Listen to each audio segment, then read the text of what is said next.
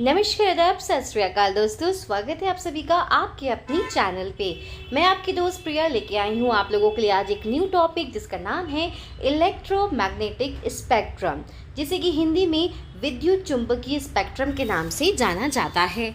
अब जो ये वीडियो है ना, ये वीडियो सभी बच्चों के लिए जो ज्योग्राफी पढ़ रहे हैं उनके लिए, जो यूजीसी नेट की तैयारी कर रहे हैं ज्योग्राफी सब्जेक्ट से उन सभी बच्चों के लिए, या फिर जो लेक्चरर की तैयारी कर रहे हैं उन सभी बच्चों के लिए ये वीडियो काफ़ी हेल्पफुल होने वाला है। और आप इसमें इलेक्ट्रोमैग्नेटिक स्पेक्ट्रम के बारे में काफ़ी अच्छे से डिटेल में समझ पाएंगे। मैंने पूरी कोशिश की है कि मैं आपको अच्छे से डिटेल में समझा सकूँ, आसान भाषा में समझा सकूँ। इसमें कौन कौन सी वेव्स होती हैं, उनका क्या काम होता है, रिमोट सेंसिंग में उन लोगों जो ये इसमें जो इलेक्ट्रोमैग्नेटिक स्पेक्ट्रम का कैसे यूज़ होता है, कैसे वो वेव्स का अलग अलग जो वेव्स होती है उनका क्या काम होता है, सबके बारे में हम जानेंगे। ठीक है, तो वीडियो को स्टार्ट करने से पहले मैं ये बोलना चाहूँगी कि अगर आप लोग नए हैं मेरे चैनल पे तो चैनल को सब्सक्राइब करना मत भूलिएगा, लाइक ज़रूर करिएगा वीडियो को। वीडियो पहले देख लीजिएगा, अच्छा लगे तो लाइक ज़रूर करिएगा और शेयर करिएगा। ठीक है, तो चलिए स्टार्ट करते हैं। आज हम जानेंगे कि इलेक्ट्रोमैग्नेटिक स्पेक्ट्रम क्या होता है, यानी कि विद्युत चुंबकीय स्पेक्ट्रम। तो पहले हम स्टार्ट करते हैं इसकी परिभाषा से। इलेक्ट्रोमैग्नेटिक स्पेक्ट्रम वह संपूर्ण श्रेणी है जिसमें सभी प्रकार की विद्युत चुंबकीय तरंगें उनकी तरंगदैर्घ्य या आवृत्ति के अनुसार व्यवस्थित होती हैं, जिनमें रेडियो तरंगों से लेकर गामा किरणों तक शामिल होती हैं। ठीक है, इसका मतलब क्या है कि आप इसको बिल्कुल आसान भाषा से समझ सकते हैं कि जैसे कि एक स्टूडेंट्स का जो ग्रुप होता है, एक क्लास कैसे बनती है, जब उसमें स्टूडेंट्स का ग्रुप होता है, group of students called class, right. तो ऐसे ही क्या होता है, अलग अलग जो वेव्स होती हैं जिनकी फ्रीक्वेंसी वेवलेंथ अलग अलग होती हैं, तो वो सभी अलग अलग तरह की वेवलेंथ और फ्रीक्वेंसी वाली जो हमारी तरंगे होती हैं उनका जो ग्रुप होता है उसको हम इलेक्ट्रोमैग्नेटिक स्पेक्ट्रम के नाम से जानते हैं। एक और परिभाषा मैं आप लोगों के लिए लेके आई हूँ। वह पूर्ण श्रेणी है जिसमें विभिन्न तरंगदैर्घ्य और आवृत्तियों वाले विद्युत चुंबकीय तरंगें शामिल होती हैं, जो ऊर्जा को एक स्थान से दूसरे स्थान तक बिना किसी भौतिक माध्यम के पहुंचाती हैं। यानी कि आप इसको ऐसे भी समझ सकते हैं कि ये एक ऐसी श्रेणी है या ऐसी रेंज होती है जिसमें अलग अलग वेवलेंथ। अच्छा, कि वेवलेंथ आ रहा है, इसका मतलब क्या है कि जैसे आपने कुछ तरंगें ऐसे देखी होंगी तो इनकी जो लेंथ होती है क्या होती है, अलग होती है। किसी की लेंथ ऐसे दिखेगी आपको, किसी की लेंथ बिल्कुल ऐसे ऐसे दिखेगी, है ना। तो विभिन्न तरंगदैर्घ्य यानी कि अलग अलग वेवलेंथ्स वाली और आवृत्तियों वाले विद्युत चुंबकीय तरंगें इसमें शामिल होती हैं और ये बिना किसी माध्यम के ऊर्जा को एक स्थान से दूसरे स्थान तक पहुंचाती हैं। ठीक है, तो ये थी दो परिभाषाएं हमारी इलेक्ट्रोमैग्नेटिक स्पेक्ट्रम की। रिमोट सेंसिंग में इस स्पेक्ट्रम का उपयोग पृथ्वी की सतह से परावर्तित या उत्सर्जित ऊर्जा को मापने और उसका विश्लेषण करने के लिए किया जाता है। अब यहाँ पे जो आपका ये वर्ड आया है रिमोट सेंसिंग, इसके बारे में हम डिटेल में चर्चा करेंगे एक दूसरी वीडियो में, लेकिन फिर भी मैं आप लोगों को शॉर्टकट में बता देती हूँ कि रिमोट सेंसिंग क्या होता है कि जिसमें आपको किसी प्लेस के बारे में कोई भी इंफॉर्मेशन चाहिए तो आपको उस प्लेस में जाने की आवश्यकता नहीं है। आप अपनी जो सैटेलाइट्स में जो अलग अलग तरह की जो सैटेलाइट्स होती हैं, जो आर्टिफिशियल सैटेलाइट्स करी जाती हैं, चाहे ड्रोन के माध्यम से हो या फिर जो हमारे बैलून्स होते हैं उस पर सेंसर्स लगाए जाते हैं और उससे हम क्या करते हैं, उस एरिया के कैप्चर करते हैं, डेटा को एनालाइज करते हैं, जो भी हमें इंफॉर्मेशन चाहिए होती है वो सब चीज़ें हम करते हैं रिमोट सेंसिंग में। इसके स्टेप्स भी होते हैं अलग अलग, तो उसके बारे में हम बात करेंगे अलग से एक वीडियो में अच्छे से डिटेल में। ठीक है, लेकिन हम यहाँ पे बात कर रहे हैं इलेक्ट्रोमैग्नेटिक स्पेक्ट्रम की, तो इसका यूज़ होता है हमारे रिमोट सेंसिंग में। ठीक है, तो यहाँ पे वही बताया गया है कि रिमोट सेंसिंग में इस स्पेक्ट्रम का उपयोग पृथ्वी की सतह से परावर्तित या उत्सर्जित ऊर्जा को, यानी कि जब जो रेज होती हैं, जो लाइट पड़ती है हमारे धरातल पे, उस पे वहाँ से आने वाली जो रेज होती हैं जब वो ऑब्जेक्ट से टकराती हैं, रिफ्लेक्ट करती हैं, या फिर जो ऊर्जा उत्सर्जित होती है उसको मेज़रमेंट करना, उसका एनालिसिस करने के लिए हम विद्युत चुंबकीय स्पेक्ट्रम को यूज़ करते हैं रिमोट सेंसिंग में। अब मैं लेके आई हूँ ये बच्चों, जो बच्चे इंग्लिश मीडियम स्टूडेंट्स हैं इंग्लिश मीडियम के हैं तो उनके लिए डेफिनेशन है। ठीक है, आप लोग बिल्कुल अच्छे से इसके नोट्स बना सकते हैं, मतलब जैसा कि मैंने आपको दिखाया ना ऐसे ही आप पूरे नोट्स तैयार कर देंगे तो आप लोगों के लिए काफ़ी अच्छा रहेगा। ठीक है, मैंने क्योंकि देखो मैं भी स्टूडेंट रही हूँ, मैं अभी भी थोड़ा पढ़ती रहती हूँ, तो मैं उस हिसाब से नोट्स प्रिपेयर करती हूँ तो जो काफ़ी अट्रैक्टिव भी हों, जिसमें पूरी नॉलेज हो अच्छे तरीके से। तो आप चाहें तो आप इसी तरह से पॉइंट टू पॉइंट अपने नोट्स बना सकते हैं। ठीक है, तो इंग्लिश मीडियम वाले बच्चों के लिए यहाँ पे डेफिनेशन दी गई है। Electromagnetic spectrum is a continuous range of electromagnetic radiation arranged in order of increasing wavelength और decreasing frequency from radio waves to gamma rays. अब हम आगे बात करते हैं विद्युत चुंबकीय स्पेक्ट्रम में कौन कौन सी तरंगें आती हैं। तो मैंने अभी आप लोगों को बताया कि जो ये स्पेक्ट्रम होता है इसमें अलग अलग वेवलेंथ और फ्रीक्वेंसी वाली हमारी वेव्स होती हैं। तो अब हम जानेंगे कि कौन कौन सी वो वेव्स होती हैं, कितनी लंबी होती, क्या उसकी वेवलेंथ होती हैं। ठीक है, तो यहाँ पे चलिए स्टार्ट करते हैं। पहली तरंग का नाम आता है रेडियो वेव। ठीक है, जो रेडियो वो वेव होती हैं इनकी जो वेवलेंथ होती है वो 1 मीटर से अधिक होती है, सबसे लंबी होती है। इंपॉर्टेंट है कि इलेक्ट्रोमैग्नेटिक स्पेक्ट्रम में सबसे लंबी वेवलेंथ कौन सी किसकी होती है, वो होती है रेडियो वेव की, 1 मीटर से अधिक। और रेडियो के क्षेत्र में, टीवी में, यानी कि जो भी कम्युनिकेशन के लिए यूज़ होती हैं वेव्स, वो रेडियो वेव्स का यूज़ किया जाता है उसमें। ठीक है, नेक्स्ट आती है हमारी माइक्रोवेव्स। तो इनकी जो वेवलेंथ होती है वो 1 mm से 1 m के बीच में होती है, यानी कि 1 मिलीमीटर से 1 मीटर के बीच में होती हैं। ये रेडियो से छोटी होती हैं, रडार में, सैटेलाइट में इसका यूज़ किया जाता है माइक्रोवेव्स का।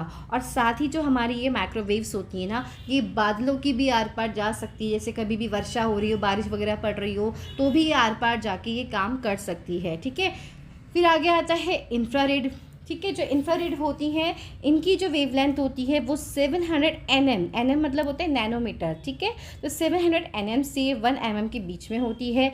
ये माइक्रोवेव से छोटी होती है और गर्मी महसूस करने में इसका योगदान होता है। जैसे कि अभी आप धूप में खड़े हो जाओ, बाहर जाओ, धूप में खड़े हो जाओ, तो आपको जो वो हीट महसूस होती है, वो हीट जो महसूस होती है वो इन्हीं इंफ्रारेड वेव्स के कारण महसूस होती हैं। अच्छा, और साथ में ना मैं आपको ये भी बोलना चाहूँगी कि जैसे मैंने ये जो डेटा लिया है कि ये इतने मीटर के बीच में होती है, इतने nm से इतने मीटर के बीच में होती हैं, तो कहीं कहीं पे ये अलग अलग दिए होते हैं, लेकिन जो मैंने देखा है 2-3 जगह पे, तो मुझे वहाँ से यही डेटा मिला है। ठीक है, तो मैंने आप लोगों के साथ यहाँ पे शेयर किया। इसके आसपास ही हो सकता है, लेकिन ज़्यादा नहीं, ऊपर नीचे नहीं जाएगा। ठीक है, फिर आगे बात करते हैं विजिबल लाइट की। तो विजिबल लाइट में, अच्छा हाँ, साथ में जो ये इंफ्रारेड जो हमारी ये वेव्स होती हैं, तो इसका यूज़ होता है रिमोट सेंसिंग में, सेंसर में हम यूज़ करते हैं इसको, रिमोट में और सेंसर में यूज़ करते हैं इंफ्रारेड वेव्स को। फिर विजिबल लाइट जो आती हैं इनकी जो वेवलेंथ होती है वो होती है 400 से 700 nm, जो हमें दिखाई देती है। जैसे कि विबग्योर फोटो दृश्य, यहाँ पे कहने का मतलब ये है कि इसी विजिबल लाइट के कारण आप चीज़ों को देख पाते हो। जो भी अभी आप जैसे दिन का टाइम है तो आप अभी जो भी चीज़ें देख पा रहे हो ना, तो इसी विजिबल लाइट के कारण देख पा रहे हो। आपने देखा होगा जब रेनबो निकलता है तो रेनबो में आपने 7 कलर्स देखे हैं, जिसको कि हम शॉर्टकट में बोलते हैं ना VIBGYOR, violet, indigo, blue, green, yellow, orange, red. आपने देखा होगा ना, तो वो भी विजिबल लाइट का ही एक एग्जाम्पल है। कोई भी आप फोटो लेते हो तो फोटो में जो भी आप चीज़ें देख पाते हो वो कैसे विजिबल होती हैं, कैसे आप देख पाते हो, विजिबल लाइट के कारण। कोई भी चीज़ आप दृश्य देख रहे हो, पहाड़ देख रहे हो, पर्वत देख रहे हो, कुछ भी चीज़ें अपने आसपास की चीज़ें जो आप देख पा रहे हो वो विजिबल लाइट की वेव्स के कारण आप देख पाते हैं। ठीक है, चलिए आगे बढ़ते हैं। आगे बात करते हैं अल्ट्रा वायलेट रेस के बारे में। तो इनकी जो वेवलेंथ होती है, देखो यहाँ पे ना थोड़ा सा ये टाइपिंग में मिस्टेक हो गया है। यहाँ पे इसका मतलब यहाँ पे ये है कि 10 की पावर -10 से -10 की पावर -8 एम के बीच में होती हैं और ये त्वचा में प्रभाव डालती हैं। आपने देखा होगा ना कि जो अल्ट्रा वायलेट रेज होती हैं काफ़ी हार्मफुल होती हैं और जो हमारे मोतियाबिंद हो जाता है कई बार आँखों में, इसकी वजह से भी होता है। त्वचा पे, हमारी जो स्किन पे इफ़ेक्ट आता जाता है, डैमेज हो जाती है इसके कारण अल्ट्रावायलेट रेस के लिए। तो इन अल्ट्रावायलेट रेस को कौन सी गैस होती है जो एब्जॉर्ब करती है? Ozone gas. आपने देखा होगा ना कि जो ओजोन गैस होती है वो अल्ट्रा सूर्य से निकलने वाली जो पराबैंगनी किरणें मतलब यही अल्ट्रावायलेट रेस को वो एब्जॉर्ब करती है, धरातल तक आने से रोकती है, क्योंकि ये काफ़ी हार्मफुल होती है। ठीक है, आगे बात करते हैं एक्स रेस की। तो एक्स रेस जो होती हैं इनकी जो वेवलेंथ होती है वो 10⁻⁻12 से 10⁻⁻10 m के बीच में होती है। मतलब इनकी वेवलेंथ छोटी होती जा रही हैं। ठीक है, इनकी वेवलेंथ तो छोटी होती जा रही है लेकिन इनकी फ्रीक्वेंसी बहुत तेज़ होती है। ठीक है, इसका यूज़ होता है चिकित्सा के क्षेत्र में, स्कैन में यूज़ होता है। ठीक है, मेडिकल लाइन में एक्स रेस का हम यूज़ करते हैं, स्कैनिंग करने में हम इसका यूज़ करते हैं। जो गामा रेज होती हैं तो ये सबसे छोटी होती है, सबसे छोटी वेवलेंथ होती है, लेकिन सबसे ज़्यादा एनर्जी इसमें होती है रेडिएशन में, परमाणु ऊर्जा, मेडिकल में, जैसे कैंसर के इलाज वगैरह करने में हम गामा रेज का यूज़ करते हैं। ठीक है, तो अगर आपसे पूछा जाए कि इलेक्ट्रोमैग्नेटिक स्पेक्ट्रम में सबसे लंबी वेवलेंथ वाली कौन सी वेव होती है, तो वो होती है हमारी रेडियो वेव्स। अगर सबसे छोटी पूछी जाएगी तो आप लिखेंगे गामा रेस, और गामा रेस को हम वाई रेस के नाम से भी जानते हैं। ठीक है, तो यहाँ पे हमने ये पढ़ा कि ये अलग अलग तरह की वेव्स होती हैं, इनकी वेवलेंथ अलग होती है, और जैसे जैसे आप ऊपर से नीचे की तरफ जाएंगे तो इनकी फ्रीक्वेंसी बढ़ेगी और वेवलेंथ छोटी होती जाएगी, ये आप देखेंगे। ठीक है, चलिए आगे बढ़ते हैं। अब हम बात करेंगे कि इसका रिमोट सेंसिंग में क्या इंपॉर्टेंस है।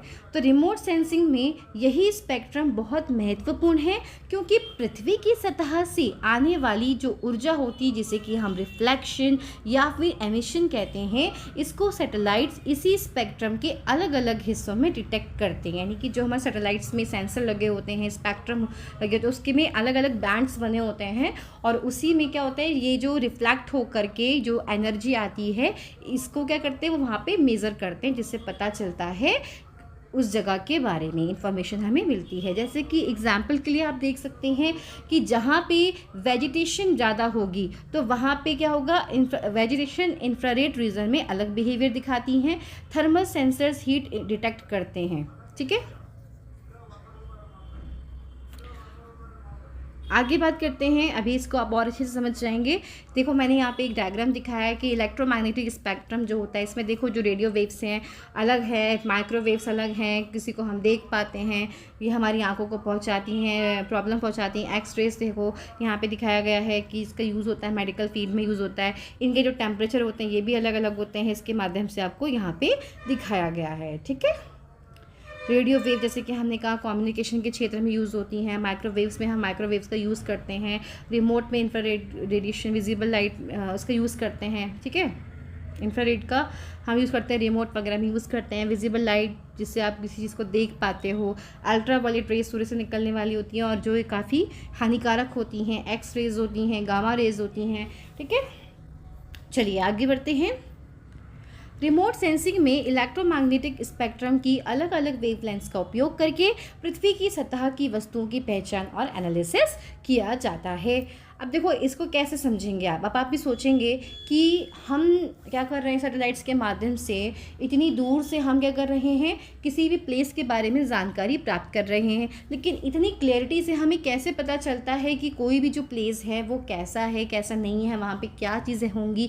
तो देखो क्या होता है कि हर ऑब्जेक्ट यानी कि जो हमारे धरातल पे कोई भी वस्तु हो तो वो सभी वस्तुएं आप कह सकते हैं ऑब्जेक्ट, चाहे वो पानी हो, चाहे वो मिट्टी हो, चाहे वो पेड़ हो, चाहे वो बिल्डिंग हो। ठीक है, तो क्या है, सभी क्या करते हैं, अलग अलग तरह से बिहेवियर करते हैं। कहने का मतलब ये है कि सभी क्या करते, सभी ऑब्जेक्ट्स अलग अलग वेव्स को अलग अलग तरीके से उसके साथ बिहेवियर करते हैं। कुछ क्या करेंगे, कुछ रेस को वो एब्जॉर्ब कर लेंगे, थोड़ा रिफ्लेक्ट करते हैं, परावर्तित करते हैं। ठीक है, जैसे कि सूरज की एनर्जी को अलग अलग तरीके से रिफ्लेक्ट या एब्जॉर्ब करता है। इसी को हम कहते हैं स्पेक्ट्रल सिग्नेचर, मतलब हर चीज़ की अपनी पहचान होती है। अभी आप इसके बारे में और अच्छे से समझेंगे। यहाँ पे मैंने अभी आपको क्या बताया कि हर ऑब्जेक्ट, चाहे वो पानी हो, मिट्टी हो, पेड़ हो, कोई भी जंगल हो सकता है, तो सभी क्या करते हैं कि सूर्य से आने वाली जो किरणें होती हैं तो इनके साथ वो अलग अलग बिहेवियर करता है। कोई किसी पार्ट को ज़्यादा अच्छे से एब्जॉर्ब करता है, किसी चीज़ को कम एब्जॉर्ब करता है, रिफ्लेक्शन किसी चीज़ का ज़्यादा करते हैं, किसी वेव्स का किसी चीज़ का कम करते हैं। इसके बारे में अभी आप थोड़ा सा जानेंगे, ठीक है। तो इसकी वजह से क्या होता है, हमें पता चलता है चीज़ों के बारे में कि कहाँ पे कौन सी चीज़ें अवेलेबल हैं। आगे बात करते हैं कि रिमोट सेंसिंग में ये कैसे यूज़ होता है। आप देखो यहाँ पे ध्यान से सुनना, यहाँ से आप अच्छे से और समझ पाएंगे। जैसे कि सबसे पहले देखिए हमारे पास क्या होता है, एक एनर्जी का सोर्स है, ठीक है। एनर्जी का सोर्स है, सूर्य अलग अलग वेवलेंथ की एनर्जी को भेजता है, जैसे कि विजिबल, इंफ्रारेड, माइक्रोवेव्स, ठीक है। तो अलग अलग वेवलेंथ की वो एनर्जी भेजता है। तो सेकंड स्टेप में क्या होता है कि वो इंटरेक्शन विद अर्थ, यानी कि जब ये एनर्जी धरती पर गिरती है तो पानी क्या करता है, ज़्यादा एब्जॉर्ब करता है। वेजिटेशन कुछ पार्ट को एब्जॉर्ब करती है, कुछ पार्ट को रिफ्लेक्ट कर देती है। मिट्टी क्या करती है, ये अलग तरीके से रिफ्लेक्ट करती है। तो सभी, मैंने क्या बताया कि सभी जितनी भी चीज़ें, ऑब्जेक्ट्स होते हैं अर्थ पे, वो अलग अलग तरह से इन एनर्जी के साथ अलग अलग बिहेवियर करते हैं। अब हमें, अगर मान लीजिए कि हमें वेजिटेशन को पहचानना है, तो वेजिटेशन को पहचानने की एक अलग चीज़ होती है। देखो कैसे कि जो पौधे होते हैं ना, वो विजिबल लाइट को एब्जॉर्ब करते हैं, ठीक है। तो जो सन से हमें विजिबल लाइट मिल रही होती है तो उसको ये एब्जॉर्ब करते हैं, लेकिन जो इंफ्रारेड जो रेज होती हैं उनको ये ज़्यादा रिफ्लेक्ट करते हैं।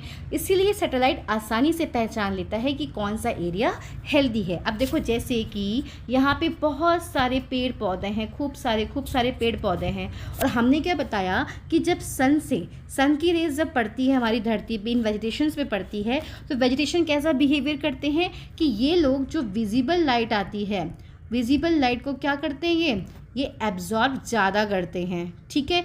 और ये रिफ्लेक्ट क्या चीज़ ज़्यादा करते हैं, रिफ्लेक्ट करते हैं इंफ्रारेड रेस को। तो जहाँ से ज़्यादा रिफ्लेक्शन होगा इंफ्रारेड रेस का, तो हमारी जो सैटेलाइट्स होती हैं ये डिटेक्ट कर लेती हैं कि इस पार्ट में क्या है, ये हेल्दी एरिया है, कि यहाँ पे पेड़ पौधे ज़्यादा हैं, वेजिटेशन ज़्यादा है। तो इससे उन्हें पता चल जाता है कि ये वाला जो एरिया ये काफ़ी क्या है, हेल्दी है। समझ रहे हो? आई होप आप समझ गए होंगे। तो इस एग्जाम्पल से आप समझ सकते हैं कि वेजिटेशन को कैसे पहचानते हैं, कि जो पौधे होते हैं वो विजिबल लाइट को एब्जॉर्ब करते हैं लेकिन इंफ्रारेड को ज़्यादा रिफ्लेक्ट करते हैं। तो इससे जहाँ जिस भी एरिया से इंफ्रारेड रेस का ज़्यादा रिफ्लेक्शन हो रहा होगा, तो उससे सैटेलाइट हमारी गैस कर लेती है कि कहाँ से हमारी जो रिफ्लेक्शन ज़्यादा हो रहा है इंफ्रारेड रेस का, और पेड़ पौधे वहाँ पे ज़्यादा होंगे, वेजिटेशन वहाँ पे ज़्यादा होगी, तो यानी कि वो एरिया कैसा है, काफ़ी हेल्दी। अब हम बात करेंगे थर्ड पॉइंट, यानी कि रिफ्लेक्शन या एमिशन, इसके बारे में हम बात करेंगे, ठीक है। आई होप आप समझ गए होंगे कि कैसे किसी चीज़ को पहचाना जाता है। रिफ्लेक्शन में क्या होता है कि जो एनर्जी वापस जाती है ये रिफ्लेक्ट होकर उसी को सैटेलाइट पकड़ता है, ठीक है। यानी कि जो भी आपकी लाइट आई यहाँ पे, किसी भी ऑब्जेक्ट से टकराई, वो कुछ पार्ट उसने एब्जॉर्ब किया, फिर जो रिफ्लेक्ट किया, तो ये रिफ्लेक्ट होने वाली जो उसकी एनर्जी, उसी को जो हमारी सैटेलाइट होती है, उसी को वो सैटेलाइट क्या करती है, वेव्स को पकड़ती हैं, ठीक है। फिर आता है कि सेंसर डिटेक्शन। सैटेलाइट सेंसर्स अलग अलग बैंड्स में डेटा कलेक्ट करते हैं, ठीक है। यानी कि इसमें अलग अलग बैंड्स होते हैं जिसमें यह करते हैं, इन वेव से वो डेटा को कलेक्ट करते हैं। जैसे कि जो विजिबल बैंड होता है, तो इससे में क्या होता है, इसका यूज़ क्या होता है, इसमें हम नॉर्मल इमेज को बनाते हैं। जो इंफ्रारेड वाला बैंड होता है, इसमें वेजिटेशन के क्षेत्र में इसका यूज़ करते हैं। माइक्रोवेव वाला जो बैंड होता है, रडार, क्लाउड्स के पार जाकर के वो काम करती है। तो ये सेंसर डिटेक्शन जो होता है, इसमें अलग अलग बैंड्स होते हैं जिसमें ये डेटा कलेक्ट किए जाते हैं, ठीक है। फिफ्थ आता है हमारा इमेज प्रोसेसिंग का। अब जो भी हमारे पास डेटा आया है, तो उसको वो क्या करती, कंप्यूटर इन सिग्नल्स को इमेज में बदल देता है, ठीक है। तो ये हमारी ये 5 स्टेप्स के थ्रू आपको बताया गया है कि कैसे इसका यूज़ किया जाता है। अब बात करेंगे हम तरंगों के बारे में। जो ये वेव्स होती हैं, हमने वेव्स के बारे में पढ़ा है, तो एक एक करके हम सब वेव्स के बारे में पढ़ेंगे, ठीक है। और उसका यूज़ कैसे होता है, कहाँ पे यूज़ होता है, उसके बारे में हम पढ़ेंगे। पहले हम जानेंगे कि जो हमारी रेडियो वेव्स होती हैं, वो रेडियो वेव्स क्या होती हैं। रेडियो तरंगे लंबी तरंग धैर्य वाली विद्युत चुंबक की तरंगे हैं जिनका उपयोग संचार के लिए किया जाता है। जैसे कि मैंने अभी आप लोगों को बताया, कम्युनिकेशन के क्षेत्र में हम यूज़ करते हैं रेडियो वेव्स का। सूचना को एक स्थान से दूसरे तक पहुंचाने में भी हम इन रेडियो वेव्स का यूज़ करते हैं। अब यहाँ पे आपको उपयोग बता ही दिया गया है, रेडियो प्रसारण में, टीवी सिग्नल्स में, मोबाइल फ़ोन नेटवर्क में, वाईफाई, ब्लूटूथ, इन सब क्षेत्रों में हमारा रेडियो वेव्स का यूज़ किया जाता है। सैटेलाइट और पृथ्वी के बीच जो डेटा का ट्रांसमिशन होता है वो भी रेडियो वेव्स के ज़रिए होता है। जीपीएस यानी कि ग्लोबल पोजिशनिंग सिस्टम, इंटरनेट, मौसम उपग्रह, सभी रेडियो वेव्स का इसमें यूज़ करते हैं। ठीक है। अच्छा, आगे आता है कि एक्टिव रिमोट सेंसिंग, जैसे कि एग्जांपल में बताया आपको रडार, रेडियो तरंगे ज़मीन पर भेजी जाती हैं, यह वस्तुओं से टकरा कर वापस आती हैं। इससे जानकारी मिलती है कि वहाँ पे क्या है, जैसे कि पर्वत, बर्फ़, पानी। तो पहले हम जान लेते हैं कि एक्टिव रिमोट सेंसिंग ये है क्या। एक्टिव रिमोट सेंसिंग जिसे कि हम सक्रिय दूर संवेदी के नाम से भी जानते हैं। ठीक है।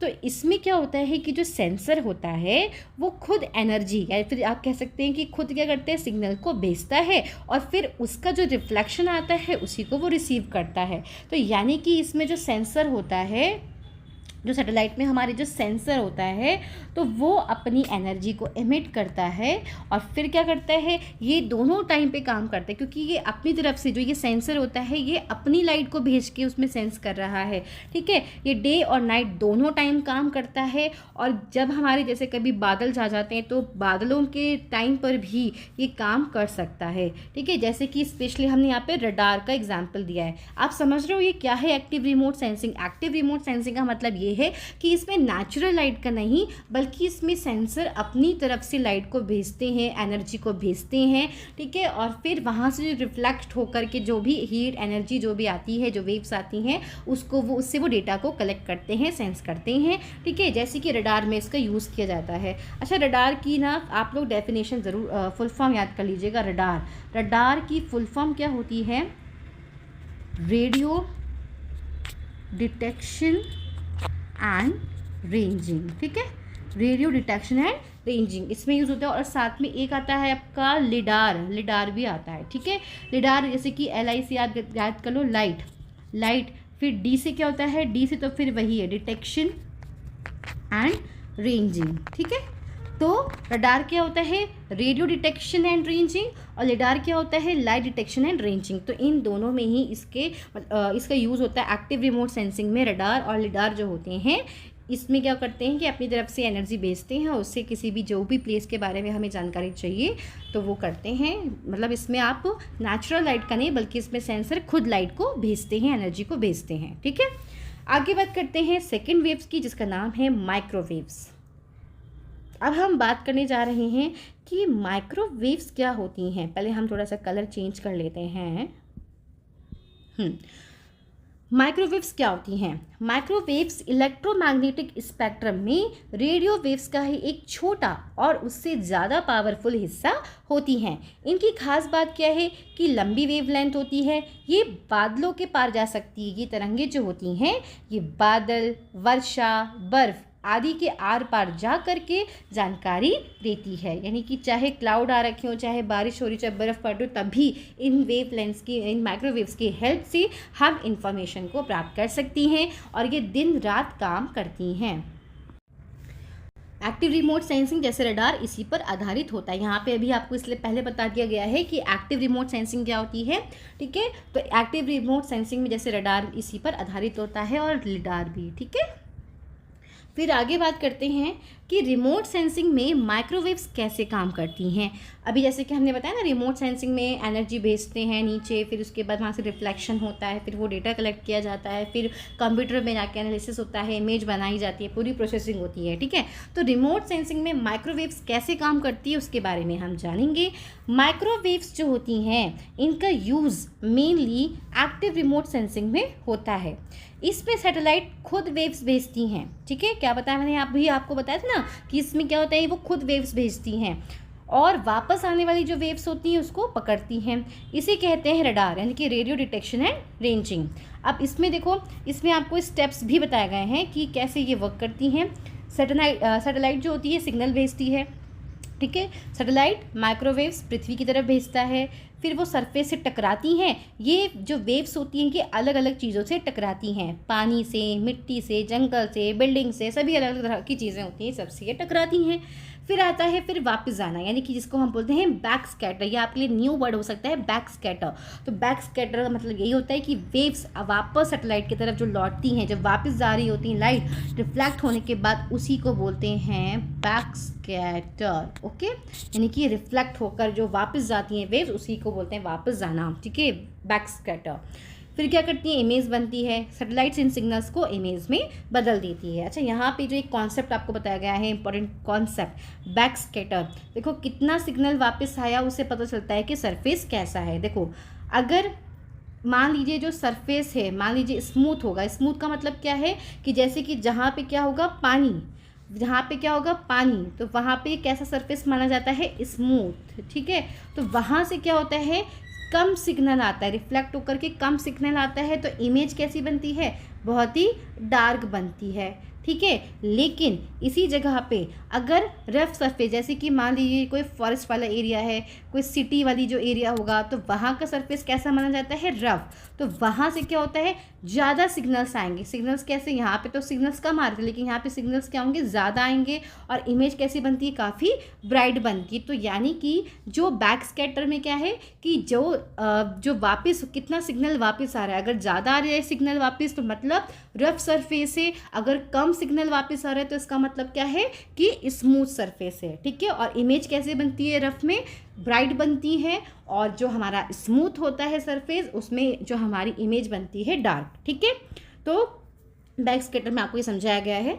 फिर आगे देखते हैं कि माइक्रोवेव्स के फ़ायदे क्या होते हैं, ठीक है। तो माइक्रोवेव्स जो होती हैं क्लाउड पेनिट्रेट होती हैं, यानी कि बादलों के पार जा सकती हैं, इसलिए हम इसे मॉनसून में भी इसका यूज़ कर सकते हैं, मॉनसून में भी ये काम करती हैं, ठीक है। फिर डे और नाइट दोनों समय में काम करती है, खुद एनर्जी भेजती है, इसलिए रात में भी काम कर सकती हैं, ठीक है। तो इसको मतलब दिन की आवश्यकता नहीं पड़ती कि दिन में ही काम हो पाएगा, क्योंकि क्या है, ये अपनी पास से एनर्जी को भेज रही है, इसलिए ये रात में भी काम कर सकती है। वेदर डिपेंडेंट, यानी कि बारिश हो, धुंध हो, उसमें भी डेटा मिल जाता है। फिर इसका हम यूज़ किस में करते हैं, उसकी बात करते हैं। तो इसका यूज़ किया जाता है फ्लड मैपिंग के लिए, ठीक है। जैसे कहीं पे भी फ्लड आ जाती है, तो कहाँ कहाँ पे फ्लड आई है, तो ये सारी चीज़ें मेज़र करने के लिए वो आता है, क्योंकि जिस तरह से वहाँ से सिग्नल्स आएंगे, जो एरिया जहाँ पे पानी होगा, तो वहाँ से सिग्नल्स कम आएंगे, तो इमेज डार्क बनेगी। उससे पता चलता है ना कि किस किस एरिया में फ्लड आई है। तो फ्लड मैपिंग करने के लिए, सॉइल का में कितना मॉइस्चर है उसको डिटेक्ट करने के लिए, फॉरेस्ट का स्ट्रक्चर जानने के लिए, ग्लेशियर की स्टडी करने में हम माइक्रोवेव्स का यूज़ करते हैं, ठीक है। तो ये था हमारा माइक्रोवेव्स के बारे में। आई होप आप समझ गए होंगे। चलिए अब हम बढ़ते हैं आगे, इंफ्रारेड वेव्स क्या होती हैं, ठीक है। तो इंफ्रारेड वेव्स क्या होता है, इसके बारे में हम जानेंगे। इंफ्रारेड भी एक प्रकार की ये क्या होती हैं, विद्युत चुंबकीय तरंग होती हैं। यह विजिबल लाइट यानी कि विबग्योर के बाद आती हैं। हम इसे देख नहीं सकते, लेकिन इसकी गर्मी के रूप में हम इसे महसूस कर सकते हैं। अच्छा, मैंने अभी आपको विजिबल लाइट का शायद मैंने पीछे लिखा है, ठीक है, लेकिन ये विबग्योर के बाद आती हैं। इसे हम देख नहीं सकते, लेकिन इसकी गर्मी को महसूस कर सकते हैं। जैसे कि मैंने अभी आपको बताया, इंफ्रारेड वेव्स की वजह से हम क्या कर पाते हैं, गर्मी को महसूस कर पाते हैं, ठीक है। तो उसका कारण कौन सी होती है, इंफ्रारेड वेव्स। और देखने के लिए कौन सी होती है, विजिबल वाली, है ना। तो विजिबल लाइट जो होती है, इसकी वजह से हम क्या कर पाते हैं, देख पाते हैं चीज़ों को, हम क्या कर सकते हैं, देख पाते हैं, ठीक है, विजिबल लाइट की वजह से। और इंफ्रारेड से हम गर्मी को महसूस कर पाते हैं, ठीक है। जैसे कि उदाहरण के लिए आपको दिया है कि आप धूप में खड़े हो जाइए, जो आपको गर्मी महसूस होती है वही इंफ्रारेड रेडिएशन है। अब हम बात करेंगे कि जो रिमोट सेंसिंग होता है, इसमें इंफ्रारेड कैसे काम करती हैं। इंफ्रारेड का जो यूज़ होता है वो मेनली पैसिव रिमोट सेंसिंग में होता है। अब यहाँ पे जो ये वर्ड आया है पैसिव रिमोट सेंसिंग, तो इसमें मतलब क्या होता है, इसमें हम नेचुरल लाइट का यूज़ करते हैं। नेचुरल लाइट कहाँ से मिलती है भैया हमको, किससे मिलती है? हमें सन से मिलती है ना। तो नेचुरल लाइट का हम इसमें यूज़ करते हैं। और सन कब निकलता है? दिन में। तो इसमें हमारा काम दिन में ही हो सकता है, नाइट में नहीं हो सकता, ठीक है। मतलब सैटेलाइट जो होती है वो खुद एनर्जी नहीं भेजते, सिर्फ डिटेक्ट करते हैं। यानी कि इसमें जो काम होता है, पहली बात तो क्या होगा कि नेचुरल लाइट का यूज़ होगा। नेचुरल लाइट हमें किससे मिलती है? सन से। और सन कब निकलता है? हमारा डे में। तो यानी कि डे में ही हमारा इसमें काम हो पाता है। और साथ ही ये इसमें जो हमारे सैटेलाइट्स होती हैं ये खुद एनर्जी नहीं भेजती हैं, लेकिन ये एनर्जी को जो रिफ्लेक्ट होके आती है उसको ये डिटेक्ट करते हैं। तो यानी कि नेचुरल लाइट से जो एनर्जी जाती है तो उससे जो रिफ्लेक्शन होता है तो उस रिफ्लेक्शन वाली जो वेव्स होती है उसको ये डिटेक्ट करते हैं, ठीक है। तो आई होप आप समझ गए होंगे कि एक्टिव रिमोट सेंसिंग और पैसिव रिमोट सेंसिंग में क्या डिफरेंस होते हैं। एक्टिव रिमोट सेंसिंग में जो सैटेलाइट होती है वो अपने सिग्नल्स या एनर्जी खुद भेजते हैं और जो भी रिफ्लेक्ट होता है उसको वो डिटेक्ट करते हैं। लेकिन जो पैसिव रिमोट सेंसिंग होता है इसमें नेचुरल लाइट का ही यूज़ किया जाता है। इसमें सैटेलाइट्स अपने सिग्नल्स नहीं भेजते हैं और रिफ्लेक्ट होने पर जो वेव्स आती हैं नेचुरल लाइट के थ्रू तो उसको ये डिटेक्ट करते हैं। दिन में ही इसमें काम हो पाता है। लेकिन जो हमारी एक्टिव वाली होती है उसमें हम खुद लाइट भेज रहे हैं, खुद हम भेज रहे हैं, वेव्स भेज रहे हैं, एनर्जी भेज रहे हैं, तो इससे वो दिन और रात दोनों में काम हो पाता है, ठीक है। अब हम बात करते हैं इसके वर्क के बारे में कि ये कैसे काम करती हैं। सबसे पहले वही होता है कि सन क्या करता है? एनर्जी को भेजता है, ठीक है। सन एनर्जी को भेजता है। सूर्य से इंफ्रारेड रेज जो होती हैं वो पृथ्वी पर आती हैं। ऑब्जेक्ट्स अलग अलग रिएक्ट करते हैं। जैसे कि हमारा ये वेजिटेशन है। वेजिटेशन क्या करती हैं?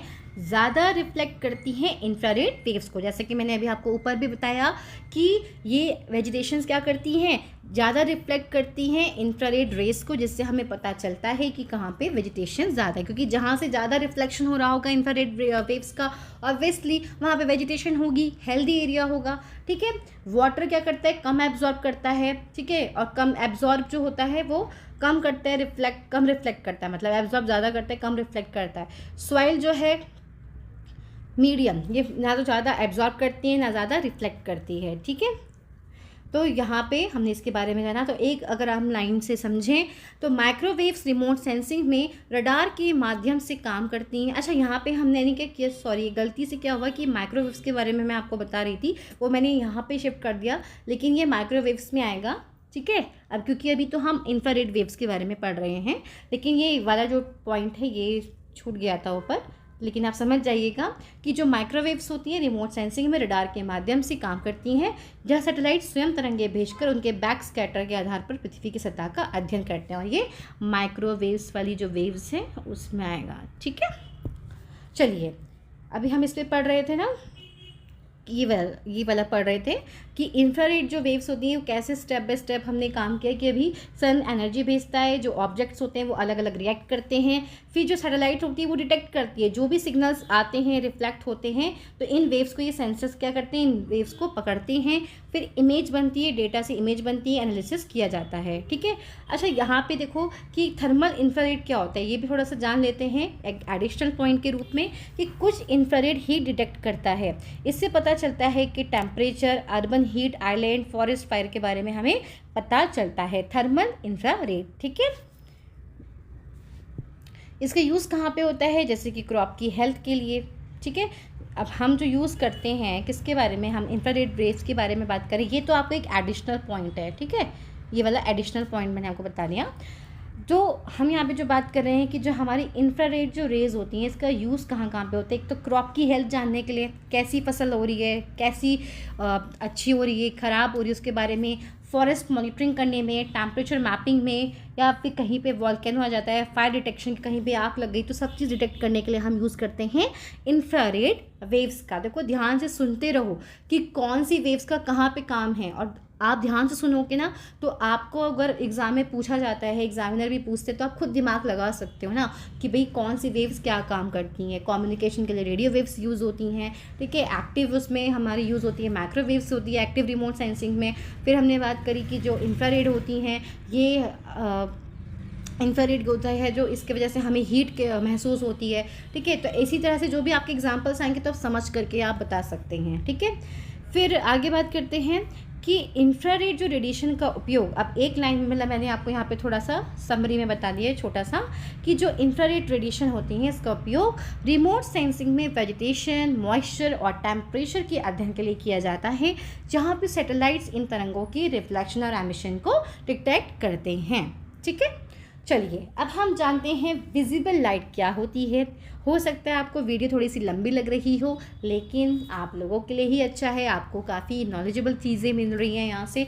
एक बार में अच्छे से समझ जाएंगे तो आपको इजी होगा। अब इसके बाद अगर आप बुक से भी पढ़ेंगे तो आपको थोड़ा सा समझने में इजी होगा। ठीक है, चलिए विजिबल लाइट क्या होती है इसके बारे में जान लेते हैं। विजिबल लाइट वही रोशनी है जिसे हम अपनी आँखों से देख सकते हैं। इंफ्रारेड जो थी उसको हम आँखों से नहीं देख सकते थे, लेकिन हम उसकी जो हीट है उसको महसूस कर सकते थे। लेकिन जो विजिबल लाइट होती है इसको हम अपनी आँखों से देख सकते, तभी हम अपने आसपास के दृश्य सबको देख पाते हैं। यह इलेक्ट्रोमैग्नेटिक स्पेक्ट्रम का एक छोटा सा हिस्सा है और इसी में विबग्योर भी आता है। आपने देखा होगा कि विबग्योर यानी कि आपने कलर्स देखे रेनबो में, कौन कौन से कलर्स होते हैं? वॉयलेट कलर, इंडिगो, आई से इंडिगो। ठीक है, हम पढ़ते हैं ना विबग्योर बोलते हैं हम, विबग्योर। तो क्या है ये आपको याद भी होनी चाहिए कि रेनबो में कौन कौन से कलर होते हैं। यहाँ पे बी से याद रखना है, ब्राउन नहीं होगा, ब्लू होगा।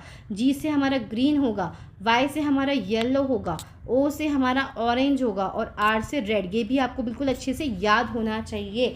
बच्चे कहाँ कंफ्यूज हो सकते हैं बी से, क्योंकि बी से ब्लू भी होता है, बी से ब्राउन भी होता है। ठीक है, तो आप याद रखना ये ब्लू है। ठीक है, तो कलर्स कौन कौन से रेनबो में हमारे होते हैं?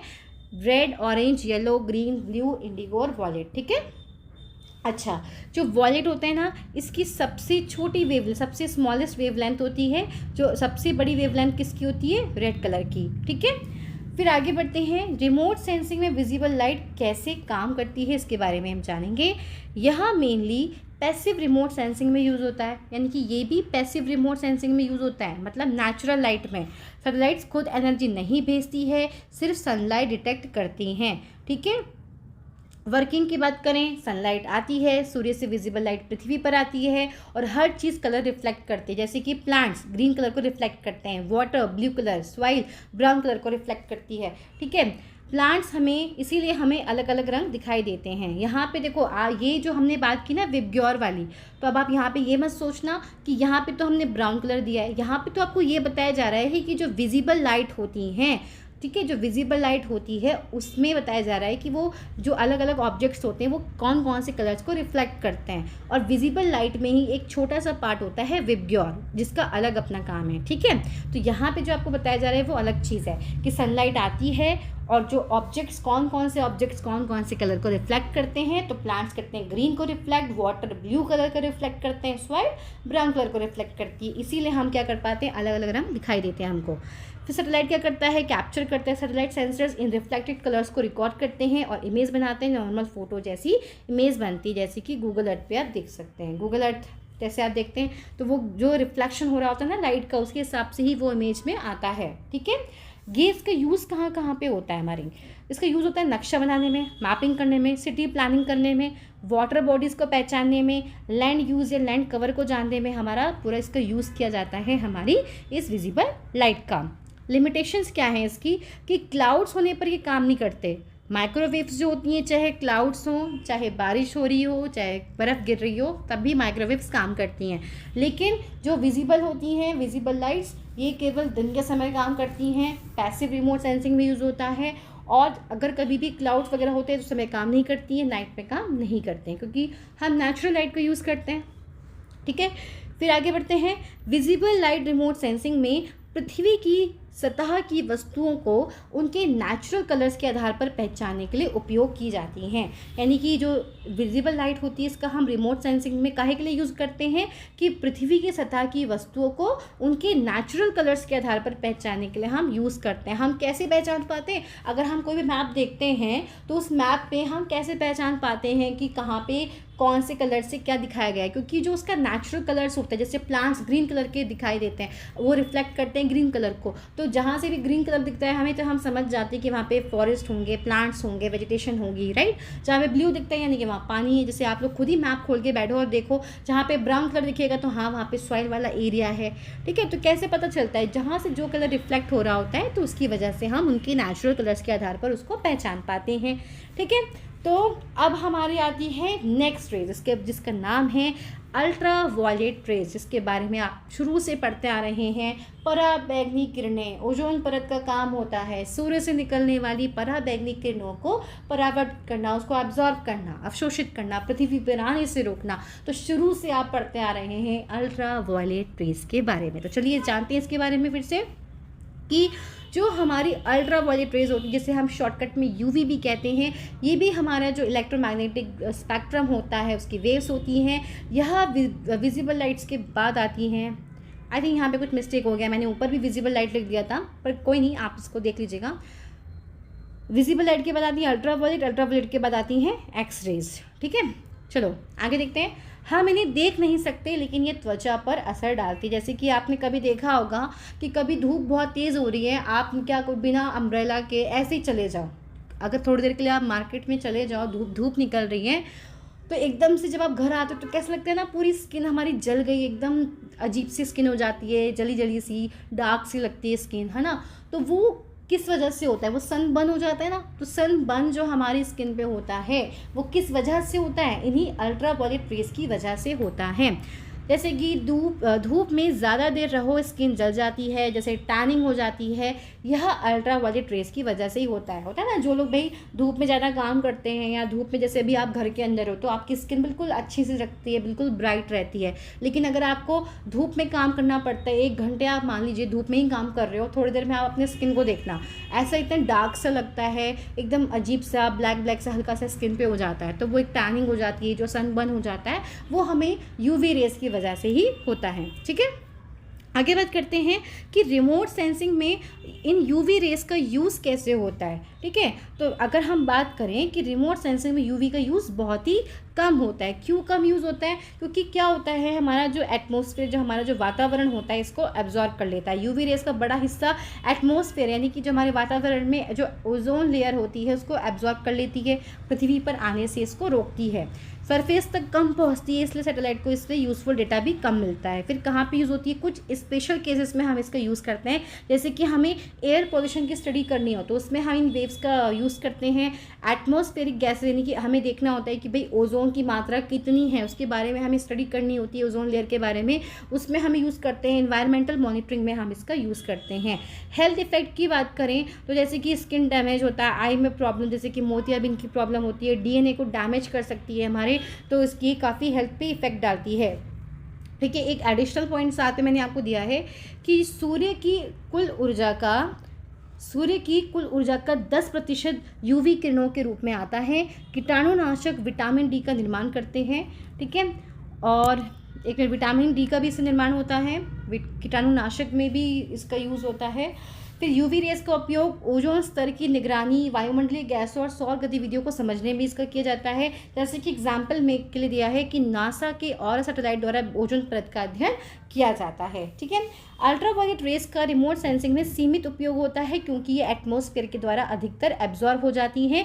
फिर भी इनका उपयोग वायुमंडलीय अध्ययन जैसे ओजोन में किया जाता है। अच्छा, अभी आप ना एक्स रेज, गामा रेस को भी देखेंगे तो ये ना पृथ्वी तक नहीं पहुंच पाती क्योंकि वातावरण के द्वारा ही इनको एब्जॉर्ब कर लिया जाता है। लेकिन फिर भी हम क्या करते हैं, आर्टिफिशियल तरीके से इन वेव्स को जनरेट करते हैं और अलग अलग फील्ड में हम इनका यूज़ करते हैं। बात करते हैं नेक्स्ट, हमारी आती है सेकंड लास्ट है ये एक्स रेस के बारे में जानते हैं, ठीक है। ये भी क्या होती हैं, ये भी विद्युत चुंबकीय तरंग है। ये अल्ट्रा वायलेट के बाद और गामा रेस ये पहले आती हैं। इनकी खास बात क्या है कि ये बहुत छोटी वेवलेंथ होती है, यानी कि लगभग 0.01 से 1 nm के बीच में होती है, लेकिन बहुत ज़्यादा एनर्जी होती है। मैंने आपको बोला ना कि जैसे जैसे आप देखेंगे कि वेव लेंथ छोटी होती जा रही है, लेकिन उनकी एनर्जी जो होती है ना वो ज़्यादा होती जाती है, ठीक है। ये वही वाला हमारा एक कॉन्सेप्ट हो गया कि जैसे टेम्परेचर हाई होता है तो एयर प्रेशर कम हो जाता है, और अगर टेम्परेचर लो होता है तो एयर प्रेशर बढ़ जाता है। तो उसी तरह से वेवलेंथ जिसकी ज़्यादा हो गई तो एनर्जी कम, वेवलेंथ कम होगी तो एनर्जी ज़्यादा। ठीक है, बस एक मैं आपको एक रिलेशन बता रही हूँ अंडरस्टैंड करने के लिए। ठीक है, आसान उदाहरण की अगर हम बात करें, जब डॉक्टर हड्डी चेक करते हैं तो जो इमेज बनती है वही एक्सरे। सबने देखा होगा एक्सरे, कहीं ना कहीं किसी न किसी फैमिली में सबने देखा ही होगा एक्सरेस। आपने देखा होगा कि कैसे वो हमारी जो बोन्स वगैरह होती है पूरा उसको डिटेक्ट करती है, हमारी पूरी दिखती है कहाँ से क्रैक हो रखा है, कहाँ पे क्या प्रॉब्लम है, देखा ही होगा सबने एक्सरेस। तो उसी की वजह से, इन एक्सरेस की वजह से ही हमारा वो जो पूरा एक्सरे बन के आता है ना, तो इसी एक्सरेस की वजह से होता है। कैसे काम करती हैं इसके बारे में जानते हैं कि एक्सरेज जो होती हैं वो किसी भी ऑब्जेक्ट के अंदर तक जा सकती हैं। जैसे कि अब हमारे कहीं पे भी प्रॉब्लम होता है, हमें लगता है कहीं फ्रैक्चर तो नहीं हो गया, तो हम क्या करते हैं, उसे एक्सरे बोलते हैं ना, डॉक्टर एक्सरे करना पड़ेगा। तो क्या होता है एक्सरे में कि हड्डी के अंदर क्या होता है, इस रेस को भेजा जाता है। जैसे कि यहाँ दिया ना कि एक्सरेस किसी भी ऑब्जेक्ट के अंदर तक जा सकती हैं, जैसे हड्डी में जाते हैं जैसे ये। तो अगर वो ज़्यादा एब्जॉर्ब होती है ना, देखो अगर क्या होती ही है, हड्डियाँ क्या करती हैं, ज़्यादा एब्जॉर्ब करती हैं एक्सरेस को, इसीलिए हमें वो वाइट कलर की दिखती हैं। ठीक है, बॉडी टिश्यू जो होते हैं कम एब्जॉर्ब करते हैं, इसलिए वो डार्क दिखते हैं। ठीक है, इसलिए अंदर की हमें स्ट्रक्चर दिख जाती है अलग से कि कहाँ पे बोन्स हैं, कैसा क्या है। ठीक है, फिर हम बात करते हैं कि रिमोट सेंसिंग में एक्सरेस का यूज़ क्या होता है। तो रिमोट सेंसिंग में एक्सरेस का यूज़ लगभग नहीं होता। अब क्यों नहीं होता आगे जानते हैं। क्योंकि एटमॉस्फेयर को एब्जॉर्ब कर लेता है। एक्सरेज पृथ्वी के एटमॉस्फेयर से बाहर ही एब्जॉर्ब हो जाती हैं, सरफेस तक नहीं पहुंचती, इसलिए सैटेलाइट को यूज़फुल डेटा नहीं मिलता। लेकिन फिर हम इसका यूज़ कहाँ पे करते हैं, फिर कहाँ पे यूज़ होती है, मेनली मेडिकल फील्ड। मैंने आपको बताया ना कि एब्जॉर्ब हो जाने, लेकिन तब भी हम इसका यूज़ करते हैं क्योंकि इसको आर्टिफिशियल तरीके से इसको जनरेट किया जाता है मैंस के द्वारा, मीन्स ह्यूमन्स के द्वारा, और फिर इसको हम यूज़ करते हैं अलग अलग फील्ड में। जैसे कि मेनली जैसे कि मेडिकल फील्ड में यूज़ होता है। साइंटिफिक रिसर्च में जब हमें स्पेस की स्टडी, आउटर स्पेस की स्टडी करनी होती है, उसमें हम इनका यूज़ करते हैं।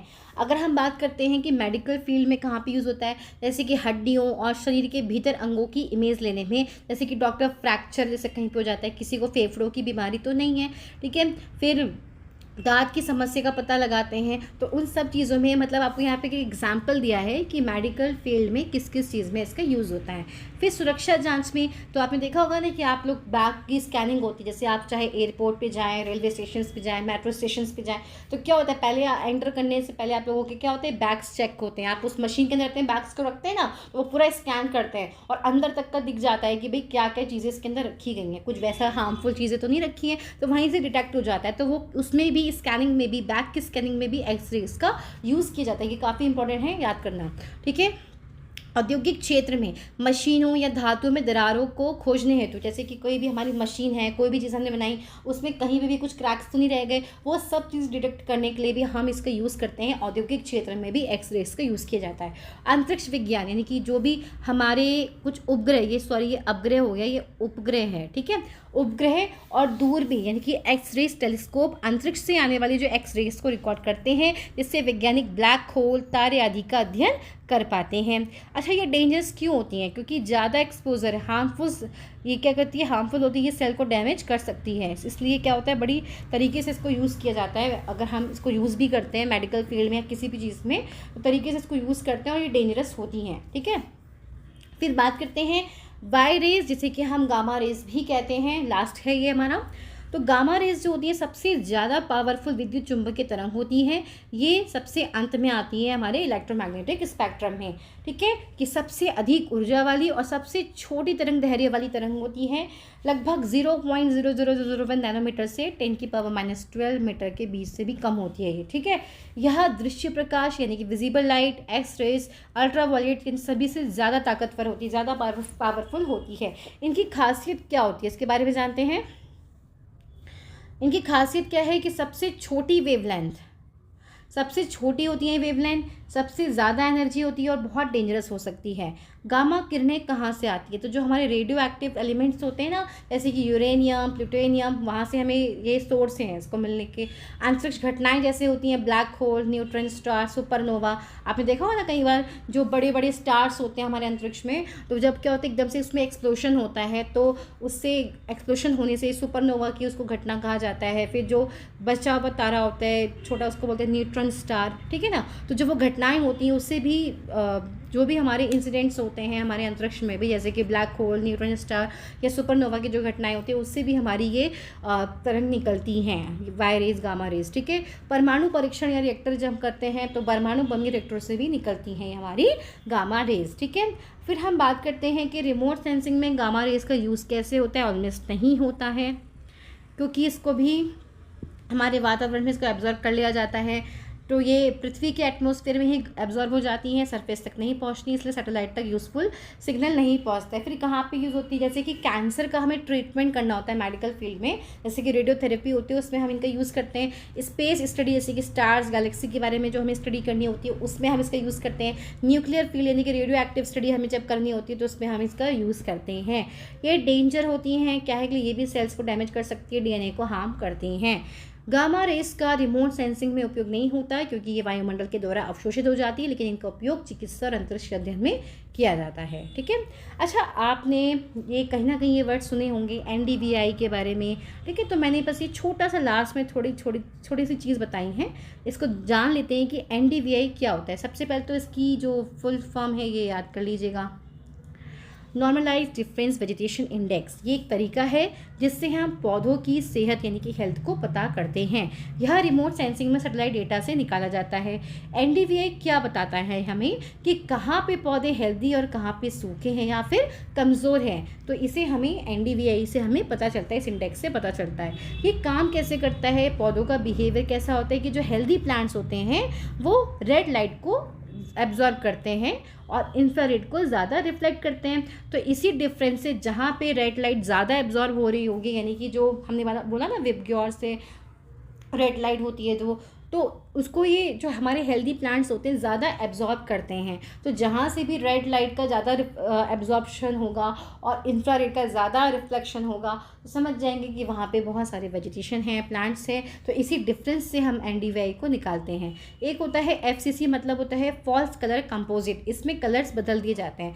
हेल्दी वेजिटेशन रेड कलर दिखाती है, वाटर डार्क या ब्लैक कलर दिखाते हैं, सॉइल लाइट कलर दिखाते हैं। तो इससे एनालिसिस आसानी से हो जाता है। हमने कहा ना कि सेंसर लगे होते हैं, तो सेंसर में भी ये सब चीज़ें काम आती हैं। देखो, हम पता जो लगा पा रहे हैं, तो हम अलग अलग तरीक़ों से, कुछ वेव्स के द्वारा, कुछ हीट के द्वारा, और ये जो हमने यहाँ पे बताया कि अलग अलग जो बिहेवियर करते हैं, अलग अलग कलर्स को एब्जॉर्ब करना, रिफ्लेक्ट करना, तो ये सारी चीज़ों को मिला करके हम यूज़ करते हैं अपने रिमोट सेंसिंग में सेंस करने के लिए किसी प्लेस के बारे में। तो उसी में आपको यहाँ पे बताया गया है कि जैसे वेजिटेशन जहाँ पे ज़्यादा अच्छे से होगी, हेल्दी वेजिटेशन होगी, वहाँ पे वो रेड कलर दिखाती हैं। जहाँ पे वाटर होगा वहाँ पे डार्क और ब्लैक, जहाँ पे सॉइल होगी वहाँ पे लाइट कलर दिखाते हैं। तो इससे हमारा जो एनालिसिस होता है वो आसान हो जाता है। माइक्रोवेव का यूज़ मैं पहले भी बता चुकी हूँ कि बादल बारिश में भी काम करता है, डे एंड नाइट दोनों में डेटा ले सकती है, इसलिए डिजास्टर, फ्लड, साइक्लोन में ये बहुत यूज़फुल होता है। अच्छा, जो हमारा ये आता है NDVI की जो वैल्यू को कैसे समझें। अगर +0.6 से 1 के बीच में है तो यानी कि बहुत हेल्दी वेजिटेशन है, वहाँ पे 0.2 से पॉजिटिव में है, ठीक है। पॉजिटिव में 0.2 से 0.5 के बीच में तो मतलब नॉर्मल वेजिटेशन है। 0 या उससे कम है तो मतलब वो सॉइल कैसी है, बंजर है। और नेगेटिव है तो मतलब वहाँ पे पानी है। तो ये कुछ वैल्यूज़ हैं NDVI की, जिससे पता चलता है उस जगह के बारे में, ठीक है। यूज़ कहाँ पे होता है? एग्रीकल्चर में, फसल की हेल्थ चेक करने के लिए, फॉरेस्ट मॉनिटरिंग के लिए, ड्राउट पहचानने में यानी कि सूखा पहचानने में, और इन्वायरमेंटल स्टडीज़ में यूज़ होता है। तो यानी कि NDVI के सैटेलाइट से पौधों की सेहत को मापने का तरीका, ये एक एक्स्ट्रा पॉइंट के रूप में मैंने आप लोगों के साथ शेयर किया। तो ये हमारा कंप्लीट हो गया है ये चैप्टर इलेक्ट्रोमैग्नेटिक स्पेक्ट्रम। जो इसमें इंपॉर्टेंट चीज़ें थी, वेव्स थी, सब मैंने आपको बताया। आई होप आपको समझ गए होंगे कि क्या होता है इलेक्ट्रोमैग्नेटिक स्पेक्ट्रम और इसमें कौन कौन सी वेव्स होती हैं, सबका अलग अलग काम क्या होता है, रिमोट सेंसिंग में हम इसको कैसे यूज़ करते हैं। तो मैं आप सभी को थैंक यू कहना चाहूँगी वीडियो को देखने के लिए। और प्लीज़ अगर आप लोगों को मेरा वीडियो अच्छा लगे तो ज़रूर लाइक करिएगा, सब्सक्राइब कर दीजिएगा चैनल को अगर नहीं किया है, और ज़रूर से शेयर ज़रूर करिएगा। ठीक है, तो आज के लिए इतना ही, फिर मिलते हैं नेक्स्ट वीडियो में एक न्यू टॉपिक के साथ। तब तक के लिए धन्यवाद।